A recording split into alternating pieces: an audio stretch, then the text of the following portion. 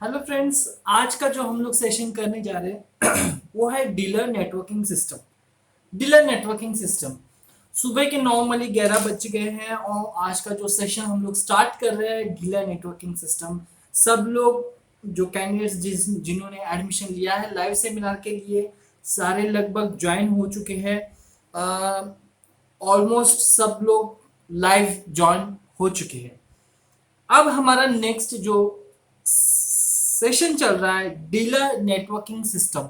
Actually dealer networking system क्या है? Dealer networking system हमें क्यों बनाना चाहिए? डीलर नेटवर्किंग सिस्टम के आधार पर ही हम लोग एक अचीवमेंट ले सकते हैं, बिकॉज डायरेक्ट एंड कस्टमर पे हम लोग कुछ जगहों पे काम कर सकते हैं।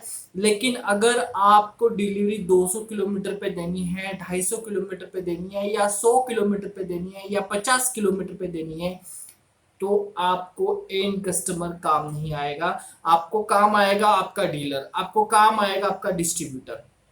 तो इसके लिए होता है हमारा सप्लाई चेन करने के लिए एक नेटवर्क की जरूरत होती है। अब हम लोग ने उससे पहले एम्प्लॉय स्ट्रक्चर्स का एक सेशन कल रात में हम लोगों ने किया था। वो एम्प्लॉय स्ट्रक्चर के अंदर हम लोग ने देखा था कि मार्केटिंग के अंदर आपने 3 सेगमेंट किए हुए हैं। एक सेगमेंट जो डीलर्स डिस्ट्रीब्यूटर्स को संभाल रहा है, एक सेगमेंट सिर्फ रिटेलिंग काउंटर को संभाल रहा है, और एक सेगमेंट आपका डिजिटल मार्केटिंग को संभाल रहा है। उसी से लिंकिंग होते हुए हम लोग सिर्फ और सिर्फ अब एक जो बंदा काम कर रहा है आपका डीलर्स और डिस्ट्रीब्यूटर चेन के लिए, अब वो कैसे काम करेगा, वो स्ट्रक्चर कैसे बनाएगा, या कंपनी कैसे स्ट्रक्चर खड़ा करेगी एक डिस्ट्रीब्यूटर के हिसाब से, एक डीलर के हिसाब से। आप फर्स्ट ऑफ ऑल आपको क्या करना होगा मार्केट के अंदर। एक एग्जाम्पल मैं आपको बताता हूँ, काफी पुराना एग्जाम्पल है। जिन्होंने ये सिस्टम को एक पहल दिया, या नॉर्मली आप देख सकते हो कोई भी एक कॉर्पोरेट कंपनी होगी जो आपके सामने, कोई भी कॉर्पोरेट कंपनी अगर आप देखते हो तो आपके तुरंत दिमाग में आ जाता है हिंदुस्तान लीवर कंपनी आ जाती है, या आईटीसी कंपनी आ जाती है। आईटीसी तो खैर ये नया कंपनी है, तो हम लोग एक पुराना कंपनी की बात करते हैं ना। मान लो मैं एक अच्छा एग्जांपल दे देता हूँ ताकि आपका दिमाग में वो सेट हो जाए। वॉशिंग पाउडर निरमा, ये हम लोग सब जानते हैं। मैं एक सिंपल एग्जांपल ले लेता हूँ, बिकॉज आज हमसे जुड़े हुए काफ़ी अलग अलग जगहों से जुड़े हुए हैं। तो मैं लोकल ब्रांड से बेटर है कि एक नेशनल लेवल का ब्रांड को हम लोग एक कंपेरिजन के लिए एग्जांपल तौर पे लिए हम लोग ले लेते हैं। पहले हम लोग ले लेते हैं निरमा। निरमा जो ये एक कंपनी है, शुरुआती दौर में एक नॉर्मल एरिया से स्टार्ट हुई थी, एक छोटे जगह से स्टार्ट हुई थी। एक कंपनी ऐसा था जो डिटर्जेंट पाउडर सेल कर रही थी, और उसका नेटवर्क सिस्टम उतना बड़ा नहीं था, लेकिन वो एक लेवल पे काम करने के लिए, एक अच्छा सेल लाने के लिए वो काफ़ी मेहनत कर रही थी। अब उसके सामने चैलेंज था कि प्रोडक्शन हाउस तो अच्छा खासा उसने डेवलपमेंट कर लिया था, लेकिन सेल का रेशो जो था वो उतना अच्छा खासा नहीं था। और सेकेंडली जब सेल कर भी रहा था विदाउट मार्केटिंग, मान लो मार्केटिंग मतलब एडवर्टाइजमेंट ओरिएंटेड मार्केटिंग की बात करो, मार्केटिंग जो सेल जा वो अच्छा खासा जा रहा था, इसीलिए तो डेवलपमेंट हो गया था उसका प्रोडक्शन हाउस अच्छा खासा लेवल पे काम कर रहा था। लेकिन प्रॉब्लम ये था कि जो भी डीलर था, फॉर एग्जांपल वो डीलर आप ना कहे उसको, उसको एज ए हम लोग एजम करते हैं एज ए काउंटर। जो काउंटर था मतलब जैसे कि मान लो मैं एक व्यापारी हूँ, मैं एक ट्रेडर हूँ, मान लो मेरे पास माल आ रहा है, तो मैं क्या करूंगा, मैं एक कंपनी का माल नहीं रखूंगा। मैं क्या करूंगा एज ए ट्रेडर, मैं निरमा भी रखूंगा, मैं उसके अल्टरनेटिव जितने भी कंपनी है 10-12 ब्रांड में अपने यहाँ पे रखूंगा, बिकॉज जो भी मेरे पास ग्राहक आएगा एज ए काउंटर ट्रेडर की बात कर रहा हूँ, तो वो क्या करेगा, कम से कम 10-12 कंपनियों का ब्रांड रखेगा, ताकि कोई भी कस्टमर आए तो वो जो भी मांगेगा वो मैं उसको दे सकूं। ठीक है, मैं एज ए ऑथराइज्ड बंदे के हिसाब से कोई भी बंदा नहीं था निर्णय कंपनी के लिए। तो वहां पे एक चैलेंजिंग ये था कि जब भी वो कंपनी, निरमा कंपनी उस काउंटर्स पे सप्लाई करने के लिए जाती, तो एक तो वहां पे पैसा अटक जाता, या क्रेडिट ज़्यादा मिलना मतलब मांगते थे traders, because as a new brand था। और सेकेंडली ऐसा होता था कि भाई ब्रांड के नीचे डिमांड आ रही है, फिर भी डीलर जो था या काउंटर वाला जो बंदा था वो हमेशा डिस्काउंट की मैक्सिमम डिमांड करता था। अब एज ए मैन्युफैक्चरर आप अगर मान लो एक बोरी या दो बोरी का जो हिसाब होगा एक काउंटर तक सप्लाई करने के लिए काफ़ी ट्रांसपोर्टेशन लगेगा, आपका हमाली लगेगा, आपका लेबर लगेगा, और वहाँ पे एक बोरी या दो बोरी के ऑर्डर सप्लाई आप करोगे तो आपके हाथ में ज़्यादा मार्जिन डेफिनेटली नहीं बचेगा। डेफिनेटली आप रिटेलिंग काउंटर के लिए काम करोगे तो कभी आप फैक्ट्री सही ढंग से चला नहीं पाएंगे, और आप ऑर्डर भी इन टाइम सप्लाई नहीं कर पाएंगे। इसीलिए तो होता है डीलर, इसीलिए तो होता है डिस्ट्रीब्यूटर, इसीलिए तो होता है स्टॉक पॉइंट, इसीलिए तो होता है फ्रेंचाइजी सिस्टम। ठीक है, आप इस सिस्टम को आप समझो, आप डायरेक्टली एंड रिटेलिंग काउंटर पे आप ना जाए, बिकॉज मैंने एम्प्लॉय स्ट्रक्चर के अंदर भी ये पॉइंट मैंने आपको क्लियर किया हुआ था कि रिटेलिंग काउंटर पे आप मार्केटिंग करोगे लेकिन सप्लाई आप नहीं करोगे, आप उस ऑर्डर को डीलर को दोगे, आप उस ऑर्डर को डिस्ट्रीब्यूटर को सप्लाई करोगे, आप उस ऑर्डर को आपके स्टॉक पॉइंट वालों को दोगे। आप खुद डायरेक्टली अगर सप्लाई करेंगे तो एक तो डीलर भी टूट जाएगा और एक तो डिस्ट्रीब्यूटर भी टूट जाएगा, और इन टाइम आप सर्विस नहीं दे पाएंगे। आप इन टाइम उसको छोटे ऑर्डर्स को अगर आप उसके पीछे आप पूरी तरह से ध्यान लगा दोगे तो आप जो अचीव करना चाहते हो वो अचीव नहीं कर सकते हो। तो ये सारे पॉइंट तो हम लोगों ने पहले ही सेशन में एम्प्लॉय स्ट्रक्चर के सेशन में ऑलरेडी क्लियर कर लिया है, लेकिन अब हम लोग जो देख रहे हैं वो जो सेशन हम लोग डीलर नेटवर्किंग सिस्टम के अंदर देख रहे हैं, तो रिटेलिंग के अंदर हमें पॉसिबल नहीं है, मतलब नीमा कंपनी को पॉसिबल नहीं था। लेकिन फिर भी वो company as a local retailing counter उस सिटी के अंदर मेट्रो सिटी होने की वजह से ज़्यादा थे, तो वो सप्लाई कर रही थी, बिकॉज उनके ऑर्डर पे वो पूरी कंपनी चला रही थी। ठीक है, ये शुरुआती दौर की बात कर रहा हूँ, शुरुआती दौर की एग्जांपल की बात कर रहा हूँ। आप खैर तो आप पूरे इंडिया के अंदर, पूरे भारत के अंदर ये माल निर्मा का डिटर्जेंट पुराना होने के बावजूद भी आज भी लोग इसको पसंद करते हैं, आज भी लोग इसी की मांग करते हैं। डिटर्जेंट, ये इस वर्ड को निर्मा ने रिप्लेस कर लिया। मतलब मान लो कोई भी आप पाउडर, वॉशिंग पाउडर बोलेगा तो वो वॉशिंग पाउडर नहीं निर्मा है क्या पूछेगा। मतलब इतना उसका एक इन्फ्लुएंस, इसका उतना हम लोग मार्केटिंग या उतना हैम्बरिंग हमारे माइंड पे इस कंपनी ने किया हुआ है। खैर वो पॉइंट नहीं है हमारा, हमारा ये पॉइंट है कि ये एक्चुअली डिस्ट्रीब्यूटर डीलर करना क्यों है, और ये कंपनी का एग्जांपल हमारे लिए कितना सुटेबल हो रहा है। देखो यहाँ पे आपको ये केस स्टडी के अंदर ये पता चल रहा है कि डायरेक्ट अगर हम लोग काम करेंगे तो वहाँ पे हमें काफ़ी दिक्कतों का फेस करना पड़ सकता है। ज़्यादा काउंटर बनेंगे तो ज़्यादा हमें बिलिंग का तकलीफ आ सकती है, ज़्यादा काउंटर बनेंगे तो उतने लोगों का हमें जो रिटेलिंग क्रेडिट सप्लाई जो है, क्रेडिट पे जो माल देना है हमें, उसको भी हमें संभालने के लिए काफ़ी दिक्कत हो जाती है। तो इसीलिए हमें डिस्ट्रीब्यूटर डीलर चेन बनाना चाहिए। अब उस कंपनी के ओनर ने ये फैसला किया कि भाई मेरा माल लेना है तो लो वरना मत लो। ठीक है, मेरा माल लेना है तो लो वरना मत लो, मैं क्रेडिट नहीं दे सकता हूँ आपको, मेरा प्रोडक्ट, मतलब उस कंपनी को एक आइडिया आ चुका था कि अपना प्रोडक्ट बेस्ट है, अपना प्रोडक्ट कंपनी को मतलब एंड कस्टमर मांग रहा है, लेकिन डीलर दो पैसा ज़्यादा कमाने के लिए हम लोग को ज़्यादा मतलब बिलिंग के अंदर डिस्काउंट मांग रहा है, क्रेडिट मांग रहा है, XYZ मेरा माल तो ज़्यादा मार्केट के अंदर जितने पैमाने पे जाना चाहिए उससे बड़े पैमाने पे जा रहा है। तो उस वक्त कंपनी के ओनर ने ये डिसाइड किया कि भाई चलो कैसा भी हो क्या भी हो, मैं सप्लाई सिर्फ कैश एंड क्रेडिट करूँगा, कैश एंड कैरी करूँगा, कैश एंड कैरी करूँगा। अब वहाँ पे ये होने लगा कि कैश एंड कैरी का जैसे ही आ गया तो जो रिटेलिंग काउंटर को ये पता था कि कंपनी का जो डिमांड है वो ज़्यादा है, मार्केट के अंदर एंड कस्टमर मांग रहा है, लेकिन अगर मैं खुद प्रमोट नहीं करूँगा तो एंड कस्टमर को मैं जो चाहूँ वो बेच सकता हूँ। ठीक है, अब इस पॉइंट को रिटेलिंग काउंटर वालों ने अच्छा इसका फायदा उठाया, उन लोगों ने दूसरे ब्रांड को प्रमोट करना स्टार्ट किया, निरमा कंपनी को प्रमोट ना करते हुए दूसरे कंपनी को प्रमोट करना स्टार्ट कर दिया। अब परेशानी बढ़ गई, वहाँ उस कंपनी के लिए बहुत बड़ी चैलेंजिंग पॉइंट आ गया कि भाई अपना ब्रांड को प्रमोट करने वाले लोग ही हमें प्रमोट नहीं कर रहे हैं, और हमें क्रेडिट देने की कैपेसिटी हम उतनी नहीं दे पाएंगे, लेकिन कैश एंड कैरी हम लोग करना चाह रहे हैं। अब इस फॉर्मूले को हम लोग को एक तो दोबारा से क्रेडिट देना चाहिए या तो फिर कोई और सोल्यूशन हमें निकालना चाहिए। अब वहां पे ये सोल्यूशन था कि डीलर और डिस्ट्रीब्यूटर बनाए। लेकिन डीलर और डिस्ट्रीब्यूटर तब बनेगा ना जब मतलब मार्केट में कोई आपके ऊपर कॉन्फिडेंटली पैसा लगाएगा। अब उसके लिए चाहिए था ब्रांड, ब्रांड चाहिए था।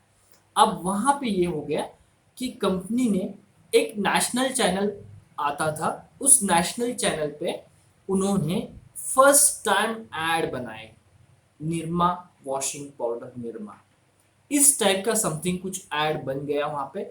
और वो ऐड बनने के बाद में लोगों के ऊपर फ्लैश होना स्टार्ट हो गया। अब उस वक्त की डिजिटल मार्केटिंग बोलो या टेलीविजन मार्केटिंग बोल दो, तो वो एक नेशनल चैनल था। वो नेशनल चैनल चाहे बच्चा हो, बूढ़ा हो, जवान हो, जो भी हो, वो एक ही चैनल एंटरटेनमेंट के तौर पे वो एक ही चैनल देख सकता था, उसके लिए ऑप्शंस नहीं थे।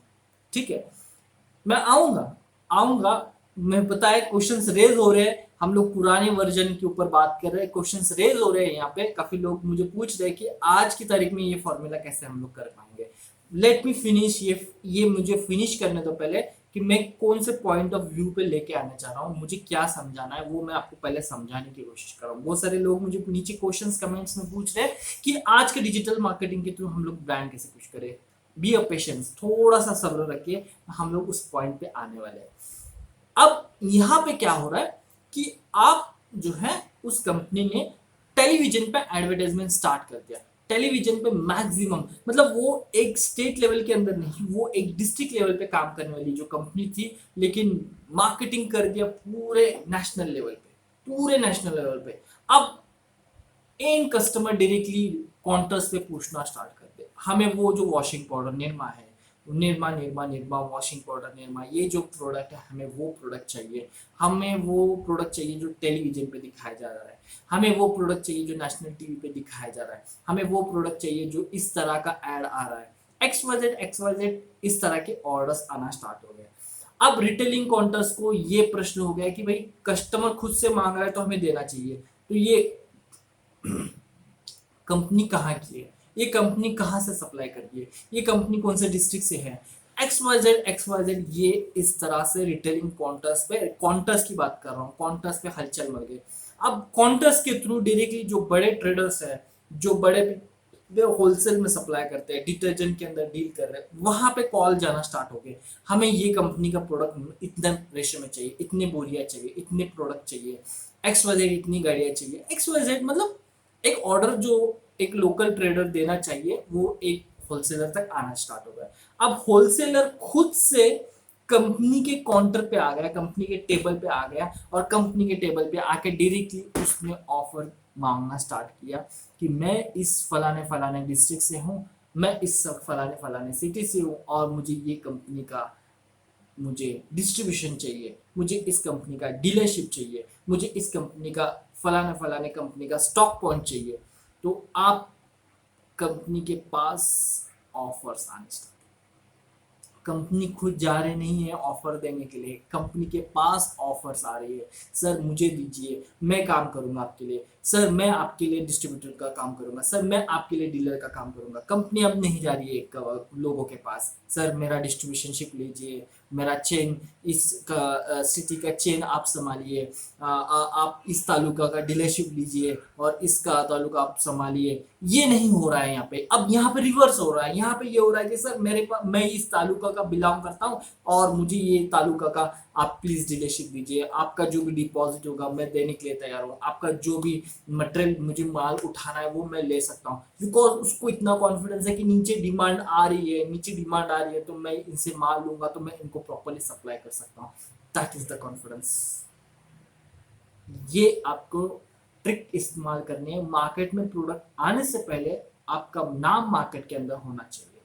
उसके लिए आज की तारीख में आप बहुत सारे लोगों ने अभी मिड पॉइंट के अंदर मुझे जो प्रश्न उठाए कि डिजिटल मार्केटिंग के थ्रू हमें कैसे करना है, तो डिजिटल मार्केटिंग की टिप्स तो आपको सिखाए गए हैं, प्लस प्लस आप अगर कोई कंपनी आप आउटसोर्स करवाना चाहते तो आप प्लीज मुझे कमेंट में पूछिएगा, या आप डायरेक्टली अगर प्री रिकॉर्डेड के जो भी कैंडिडेट्स होंगे या लाइव सेशन के कैंडिडेट्स होंगे तो आप मुझे पूछिए, मैं आपको कंपनी के कुछ नाम नंबर दे दूंगा, वहां से आप प्लान्स आउट बना के, मतलब कंपनी स्टार्ट होने के पहले भी आप आपका ब्रांड क्रिएट कर सकते हो। कंपनी स्टार्ट होने के पहले ही आप कमिंग सून सिस्टम लगा सकते हो। देखो कोई भी, मैं बहुत बार देखता हूँ हाईवेज पे, मेट्रो सिटीज के अंदर या स्मॉल सिटीज के अंदर, कोई अगर एक पिज्जा का कंपनी स्टार्ट हो रहा है वहाँ पे, या पिज्जा का एक फ्रेंचाइजी स्टार्ट होने वाला है, तो पहले ही इतना बड़ा बैनर लग जाता है वहाँ पे, कमिंग सून कमिंग सून। अगर 4 महीना है अभी, अभी किचन का अंदर का इंस्टॉलेशन भी नहीं हुआ है, अभी मशीन खरीदी भी नहीं हुआ है, अभी अंदर का रिन्यूएशन भी नहीं हुआ है, अभी अंदर का फर्नीचर भी नहीं बैठा हुआ है, अभी अंदर का पेंटिंग भी नहीं बैठा हुआ है, फिर भी इतना बड़ा वहाँ पे डिजिटल बोर्ड लग जाता है कि फलाना फलाना product, X Y Z product, coming soon coming soon coming soon. तो यहाँ पे लोगों का एक माइंड सेट रेडी हो रहा है कि ये एक प्रोडक्ट आने वाला है, इसका टेस्ट मैंने अभी तक नहीं किया, मैं इसको टेस्ट करने के लिए तो कम से कम वो डेट को जाऊंगा। अब उस डेट पे आपका काम बनता है, आप क्या क्वालिटी दे रहे हो उसको, आप क्या क्वालिटी उसको सर्व कर रहे हो, आप क्या उसको समझा रहे हो, और वो कस्टमर आपका हमेशा कस्टमर कैसे बन सकता है, वो आपकी बात की पॉलिसीज होगी। लेकिन पहले आपका काम है उस कस्टमर्स को आप तक लाना चाहिए। तो ये लाने के लिए आपको ये चाहिए कि आपका नाम, कंपनी का नाम जो है, आप डिजिटल मार्केटिंग के थ्रू आप पहले ये डिसाइड करो कि आपको डिस्ट्रीब्यूशन चैनल कौन से एरिया में चाहिए। आप पहले डिसाइड करो कौन से मेट्रो सिटी के अंदर से आपको स्टार्ट करना है, पहले आप डिसाइड करो कि कौन से डिस्ट्रिक्ट के अंदर आपको स्टार्ट करना है, पहले आप डिसाइड करो कि आपको कौन से तालुका के अंदर स्टार्ट करना है। तो उस एरिया के हिसाब से आपको मार्केटिंग, डिजिटल मार्केटिंग, उतने अच्छे स्कीम्स, उतने अच्छे ब्राउचर्स, उतने अच्छे लोगों के हिसाब से आपकी कंपनी की जो एडवर्टाइज होगी, विजुअल एडवर्टाइज होने दो, आपके फोटोग्राफी एडवर्टाइजमेंट होने दो, आपकी पोस्टर ओरिएंटेड एडवर्टाइजमेंट होने दो। आप पहले ट्रिकली इस्तेमाल करो कि ये कैसे करना है, और फिर आप उसको फ्लैश आउट कर दो। फ्लैश आउट करने के बाद में आपके पास इंक्वायरीज जनरेट करो। पहले लोग आपको पूछना चाहिए, सर मैं आपके साथ में काम करने के लिए तैयार हूँ, मैं आपका डिस्ट्रीब्यूटर बनने के लिए तैयार हूँ, मैं आपका एक डीलर बनने के लिए तैयार हूँ।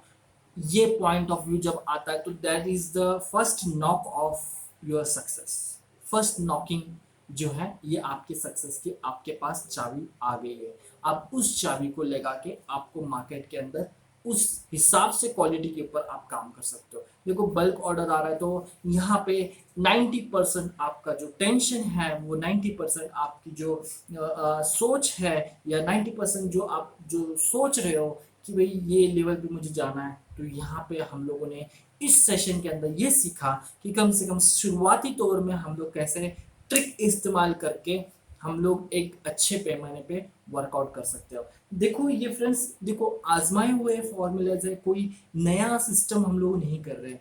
बस सिस्टम को ये समझना चाहिए आपको, बिजनेस के सिस्टम्स को, ट्रिक्स को समझना चाहिए। देखो आप चेस खेलते हो, आप शतरंज खेलते हो, तो क्या जमाने के हिसाब से चेस चेंज हो रहा है? नहीं। क्या उसके नियम चेंज हो रहे हैं? नहीं। क्या उसकी खेलने की स्टाइल चेंज हो रही है? नहीं। बस टेक्निक्स जो है वो आप कुछ ना कुछ नए ट्रिक इस्तेमाल करते हो, कुछ ना कुछ आप प्रैक्टिकली करते हो कि भाई कम समय के अंदर मैं किस किस तरह से सक्सेस लेके आ सकता हूँ, कम समय के अंदर मैक्सिमम रेशियो पे मैं सक्सेस कैसे लेके आ सकता हूँ। That is the thing, that is the thing कि गेम कभी चेंज नहीं हो रहा है, जमाना चेंज हो रहा है, फैशन चेंज हो रहा है, ट्रेडिशन चेंज हो रहा है, नो डाउट, लेकिन सिस्टम में जो चलाने वाली जो चीज़ है वो आपको पकड़ना है।